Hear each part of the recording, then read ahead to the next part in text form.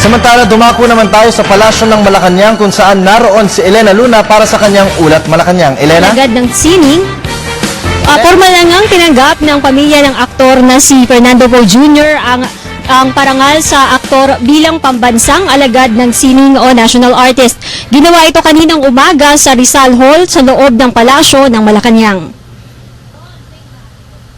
Ika-73 taong birthday ni Fernando Poe Jr. sa Lunes, August 20 at itinuturing ni Susan Roses na dulot ng tadhana ang pagtanggap niya at ng kanyang pamilya mula kay Pangulong Aquino ng parangal kay FPJ bilang National Artist for Cinema. Maraming salamat po sa napakalaking karangalang ito. Ito po ay tinatanggap ko sa ngalan ng aking kabiyak na si Fernando Poe Jr.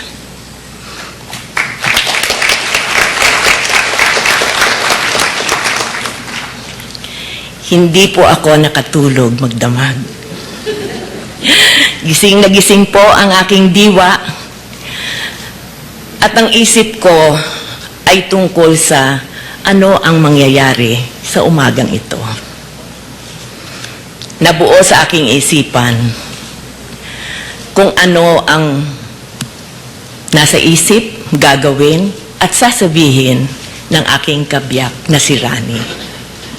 Maaga siyang gigising, hihigop ng madalian ng kape, maliligo, magbibigay, susuot niya ang kanyang barong Tagalog.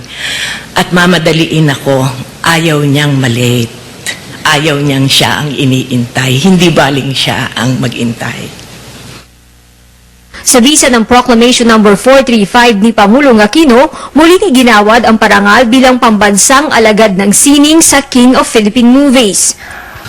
Alam naman po natin na noong 2006 pa dapat ibinigay ang karangalang ito kay FPJ.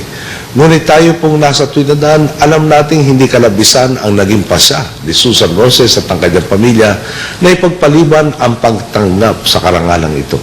Batid natin ang kabuluhan ng anumang parangal ay nagbubukal sa integridad ng institusyong nagbibigay ng gawad at sa tiwala ng publiko sa institusyong ito. 6 na taon mang naudlot ang paghirang kay FPJ bilang pambansang alagad ng sining, mahigit kalahating siglo naman po ang nakalipas mula nang una siyang lumabas sa pelikula.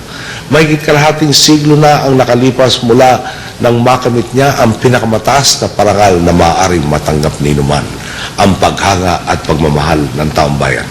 At hanggang ngayon, mahigit 7 taon man ang nakaraan nang bumalik siya sa piling na ating Panginoon, hindi pa rin kumukupas ang iniwan niyang tatak sa ating kamalayan.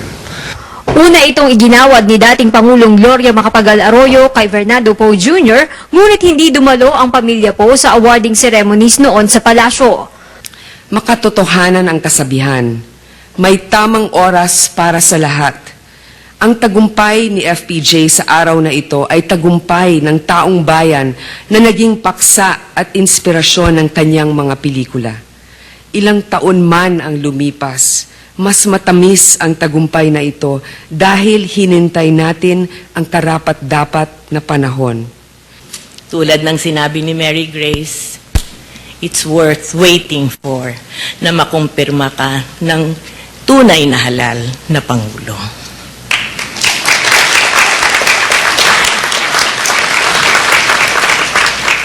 Malaking bagay po yan sapagkat seryoso po ang lahat ng artist na naririto, paggagawat ng parangal sa mga pinararangalan. Wala hong bahid politika ito. Ayon kay Binibining Susan Roses, kung nabubuhay pa si FPJ, pasasalamatan niya ang Diyos sa natanggap na award.